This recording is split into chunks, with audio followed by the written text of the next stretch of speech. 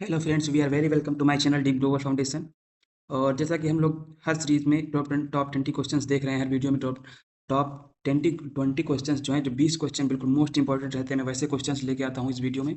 और उसी प्रकार मैं इस वीडियो में भी लेके आया हूँ अपने चैनल पे जो है 20 क्वेश्चंस केमिस्ट्री के बहुत इंपॉर्टेंट क्वेश्चंस हैं। और मैं जैसे बताता हूँ हर वीडियो में, बताता क्या वो है भी वैसा ही। वो सारे क्वेश्चंस मैं पीवाईक्यू से लेके आता हूँ। खुद से मैं क्वेश्चंस नहीं बनाता हूँ। मैं जितने भी क्वेश्चंस हैं वो जो प्रीवियस ईयर क्वेश्चंस हैं उससे मैं लेता हूँ। ठीक है। तो बहुत इंपॉर्टेंट क्वेश्चंस रहते हैं, क्योंकि पीवाईक्यू पैटर्न पे ही ये जीकअप का पेपर हर बार होता है। ठीक है। और मैं इस वीडियो के बाद जो वीडियो मैं लाऊंगा वो के ग्रुप के लिए लेके आऊँगा। के ग्रुप में जो है, जो सिविल से बच्चे रहते हैं, डायरेक्ट सेकेंड ईयर में एडमिशन उनको मिलता है। तो उसमें और मैं उसमें डायरेक्ट सेट लेके आऊँगा, यानी ओरिजिनल पेपर ही डायरेक्ट मैं लेके आऊँगा। इसमें जैसे पीडीएफ बनवाता हूँ, मैं टाइप करवाता हूँ इसको, तो मैं ये नहीं करवाने वाला हूँ। मैं डायरेक्ट सेट लेके आऊँगा। सेट से क्या रहता है कि बच्चों को विश्वास रहता है कि यही है ओरिजिनल पेपर। वहाँ पे दिखता भी है ओरिजिनल पेपर है, उसमें सब कुछ ओरिजिनल जैसा रहता है। ठीक है। तो वीडियो को बिना देर के स्टार्ट करता हूँ। इसमें पहला क्वेश्चन हमारा है, जियोलाइट क्या है? क्या है? सोडियम जियोलाइट है। पूछ रहा है सोडियम जियोलाइट क्या होता है। तो उसमें क्या है, ऑप्शन है, एक यौगिक है, या फिर एक तत्व है, या फिर एक सोडियम का साधारण लवण है, या फिर सोडियम सिलिकेट है। तो इसका सही ऑप्शन हो जाएगा ऑप्शन नंबर सी।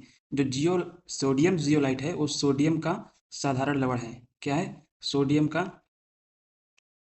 ये ऑप्शन हमारा सही हो जाएगा, ऑप्शन नंबर सी। कौन सा option number? Option number C. ठीक है। तो अब देखो, इसके बाद क्या है, परम्यूट का सूत्र क्या होता है? क्या है? परम्यूट। किसका सूत्र हमसे पूछ रहा है? हमसे पूछ रहा है परम्यूट का सूत्र क्या होता है। तो परम्यूट का सूत्र मैं बता दूं कि इसमें से परम्यूट का सूत्र होता है, ऑप्शन नंबर ए हो जाएगा, Na2Al2Si2O3। अब मैं इसमें देखो आप लोगों को एक ट्रिक बता रहा हूँ, इसमें जितने भी एलिमेंट होते हैं वो सब टू टू रहते हैं। जैसे Na2 है, Al2 है, Si2 है, बस एक मात्र क्या है, लास्ट में O3। ऐसे भी ऐसे ऐसे और भी ऑप्शंस पेपर में देखने को मिलते हैं, किसी इसमें Na4 कर देता है या फिर Si3 कर देता है। तो आप लोगों को याद रखना है एक ट्रिक से, आपको ये बिल्कुल रट लेना है कि सब में जब परम्यूट का सूत्र पूछता है तो उसमें दो दो सब में रहता है, बस लास्ट में ऑक्सीजन को 3 कर देना है। अगर ऐसा देखने को मिला है तो वही परम्यूट का सूत्र हो जाता है। ठीक है। तो ऑप्शन नंबर ए इसमें सही हो जाएगा। अब देखो तीसरा क्वेश्चन क्या है, कैल्गन व्यावसायिक नाम है। कैल्गन किसका नाम होता है? व्यावसायिक नाम ये है, लेकिन है तो है किसका है? तो इसमें ऑप्शन हो जाएगा ए, सोडियम हेक्सामेटाफॉस्फेट का। ठीक है। तो इसके बाद देखो अगला क्वेश्चन क्या है, कठोर जल को मृदुकरण के लिए उपयोगी नहीं है। कठोर, इसमें क्वेश्चन देखो मैं समझा रहा हूँ। कठोर जल है जो, उसको मृदुकरण यानी नॉर्मल करने के लिए क्या उपयोगी नहीं है? उपयोगी तो होता है। तो वो इसमें उल्टा पूछ रहा है, इसमें पूछ रहा है उपयोगी नहीं है। तो इसमें ऑप्शन सही हो जाएगा क्या, CaSO4, option number A. CaSO4 उपयोगी नहीं है मृदुकरण के लिए। ठीक है। आप देखो अगला क्वेश्चन क्या है, स्थायी कठोर जल में घुला होता है। स्थायी कठोर जल। आप देखो स्थायी कठोर जो परमानेंट होते हैं, नहीं अस्थायी इसमें दिया है।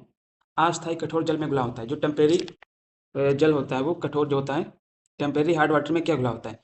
तो इसमें क्या होगा, कार्बन या फिर मैग्नीशियम बाइकार्बोनेट, कैल्शियम या कोई नहीं। तो इसमें ऑप्शन हो जाएगा हमारा magnesium bicarbonate, option number B. ठीक है। आप देखो स्थायी जल में घुला होता है। स्थायी जल में क्या घुला होता है? स्थायी जल में हमारा घुला होता है सोडियम क्लोराइड, नहीं इसमें ऑप्शन नहीं होता है, सोडियम या फिर लवण, या फिर ये सभी। तो इसमें से ऑप्शन हमारा हो जाएगा सोडियम क्लोराइड। क्या होगा? Sodium chloride. स्थायी जल में घुला होता है सोडियम क्लोराइड। फिर देखो, जल किस तत्व का ऑक्साइड है? तो नाइट्रोजन, ऑक्सीजन। जल किसी का ऑक्साइड नहीं होता, जल अपने आप में जल है। इसमें से कोई नहीं, ऑप्शन नंबर डी। पेयजल। अगला देखो क्वेश्चन क्या है, पेयजल में जो पीने योग्य जल होता है उसमें कह रहा है, कोलाइडी अशुद्धि दूर की जा सकती है। किससे दूर की जा सकती है? जो कोलाइडी अशुद्धि होती है वो किससे दूर की जा सकती है? तो ऑप्शन नंबर है क्लोरीन द्वारा, ओजोन द्वारा, या फिर कोयले द्वारा, या फिटकरी द्वारा। तो इसमें ऑप्शन हो जाएगा फिटकरी द्वारा।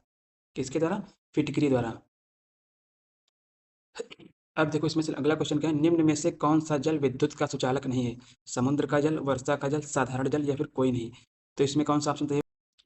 तो इसमें हमारा ऑप्शन हो जाएगा वर्षा का जल। जो वर्षा का जल होता है हमारा, वो क्या होता है, विद्युत का सुचालक नहीं होता है। अगर पूछता है इसमें ऑप्शन, इस क्वेश्चन के लिए ऑप्शन हो जाएगा बी सही। और अगर हमसे पूछता है, अगर निम्न में से कौन सा जल विद्युत का सुचालक है, अगर पूछ लेता या नहीं हटा के पूछ लेता सुचालक है, तो उसमें हो जाता समुद्र का जल। क्या हो जाता? ऑप्शन नंबर ए, समुद्र का जल हो जाता ऑप्शन उसमें सही। कठोर जल का उपयोग कर सकते हैं किसके लिए? कृषि के लिए नहीं कर सकते हैं, कपड़े धोने, नहाने, या फिर बॉयलर में।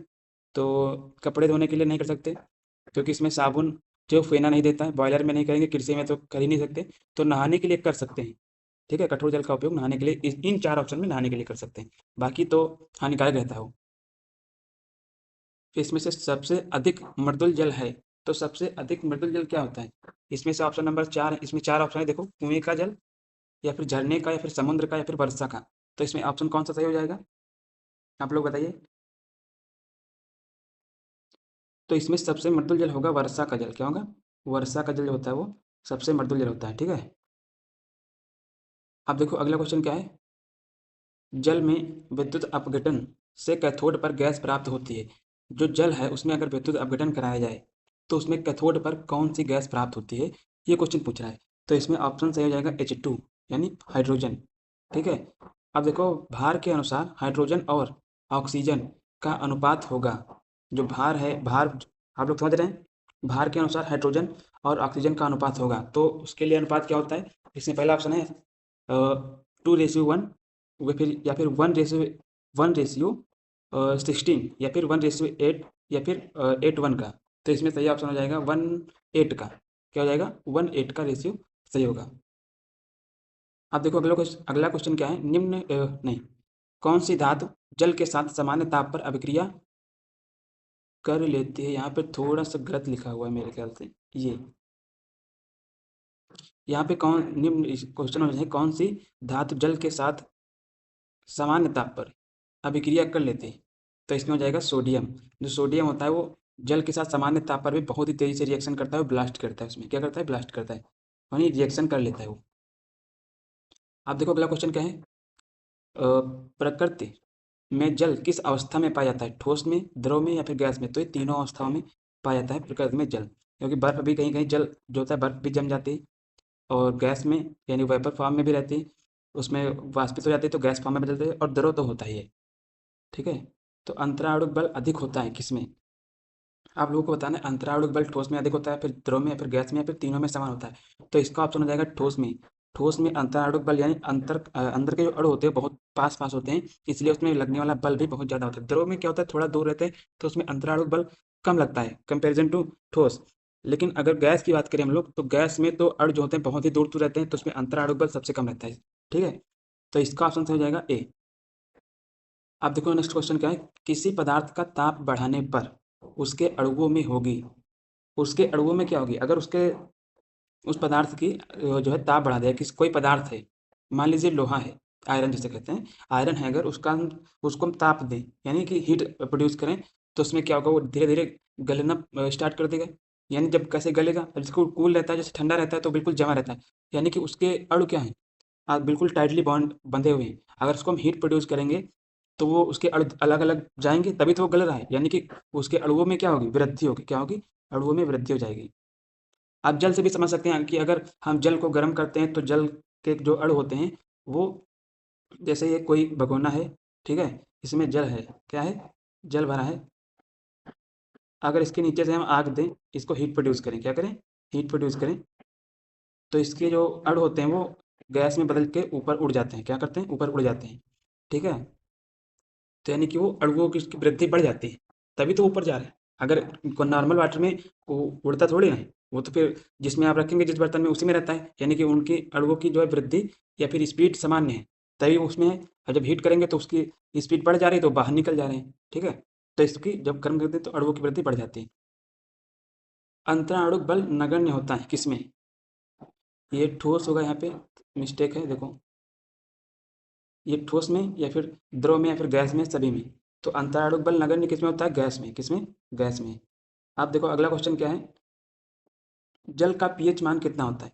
आप लोगों को पता है जल का पीएच मान, मैंने पीएच पे कई सवाल करवाए हैं, अगले वीडियो में भी करवाए हैं, और पीएच से जो पीएच वैल्यू होती है उससे लगभग 2 से 3 क्वेश्चन आते हैं पेपर में हर बार।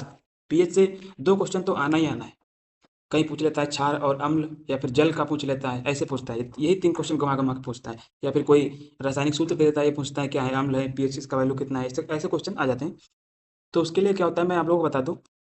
अगर कोई 7 से जिसका पीएच वैल्यू कम है, ठीक है, अगर 7 से कम है तो वो होता है अम्ल। क्या होता है? अम्ल होता है। अगर 7 से ज़्यादा है, क्या है? 7 से ज़्यादा, अगर 7 से ज़्यादा है किसी की पीएच वैल्यू, अगर 7 से ज़्यादा है किसी की पीएच वैल्यू तो हो जाता है क्षार। लेकिन अगर कोई 7 है, किसी की पीएच वैल्यू 7 है, तो वो क्या होता है? उदासीन। और जल क्या है? उदासीन है। इसलिए जल की पीएच वैल्यू कितनी होगी? 7 होगी। तो ऑप्शन नंबर डी हो जाएगा हमारा बिल्कुल सही। अब देखो, वह धातु जो मिश्रण में हमेशा मौजूद होती है। क्वेश्चन बहुत इंपॉर्टेंट है, कई बार क्वेश्चन आया हुआ है। इसका आंसर आप लोग बताइए, थोड़ा सोचिए आप लोग क्या होगा। वह धातु, एक प्रकार की वो धातु है जो हमेशा मौजूद रहती है मिश्रण में। वो क्या होती है? आयरन या फिर एल्युमिनियम या फिर पारा या फिर कोई नहीं। तो इसका ऑप्शन हो जाएगा आयरन नहीं होगा। आयरन सब में नहीं, हर मिश्रण में आयरन नहीं मौजूद होता है। एल्युमिनियम भी नहीं रहता है। और इसमें ऑप्शन इसका हो जाएगा सही पारा। क्या हो जाएगा? पारा। पारा इसका सही ऑप्शन हो जाएगा। पारा जो है वो कोई भी मिश्रण हो उसमें पारा मौजूद रहता है। ठीक है। तो आज की क्लास हम लोग यहीं पे ख़त्म करते हैं और मिलते हैं नेक्स्ट वीडियो में। टॉप 20 क्वेश्चन मैंने आपको इस वीडियो में बताए। उम्मीद है कि आप लोगों को थोड़ा सा समझ में आया होगा। अगर समझ में आया तो आप लोगों को आप लोग इसको पढ़िए आसानी से। और आसानी से क्या, आसान हुआ है ही। क्वेश्चन बहुत आसान रहते हैं तो, क्योंकि वो जो जीके का पेपर है वो 10th लेवल पर ही आता है और 10th लेवल पे ऐसे ही क्वेश्चन रहते हैं। तो इनको याद करने में मेरे ख्याल से कोई दिक्कत नहीं हो रही हुई। और मैं बहुत ही कम समय में, आप लोगों को पता ही है कि मैं पेपर बहुत जल्द आने वाले 2 जून से आप लोगों के पेपर स्टार्ट हो रहे हैं, इसलिए बहुत कम समय में, मुश्किल से 10-15 या बहुत ज़्यादा अगर समय लेता हूँ तो 17 मिनट, इससे ज़्यादा मैंने कोई ऊपर इसके वीडियो नहीं रहता है। तो 17 मिनट में मैं 20 क्वेश्चन यानी 1 मिनट में एक क्वेश्चन उसके अंदर ही करवा देता हूँ। तो अगर कोई इतनी जल्दी करवा रहा है क्वेश्चंस, तो आप लोगों के लिए बेनिफिट ही है। क्योंकि आप लोगों को अब इस वक्त वो समय नहीं बचा कि आप नोट्स बनाए टॉपिक को समझें। आप लोगों को क्वेश्चंस और आंसर चाहिए बहुविकल्प के, यानी मल्टीपल क्वेश्चंस ऐसे ही आते ही क्वेश्चंस हैं ऑप्शनल क्वेश्चन, तो उसमें आप लोगों को ऑप्शन चाहिए डायरेक्ट। तो मैं वो करवा रहा हूँ। ठीक है। तो आज की क्लास यहीं ख़त्म करते हैं। Thank you.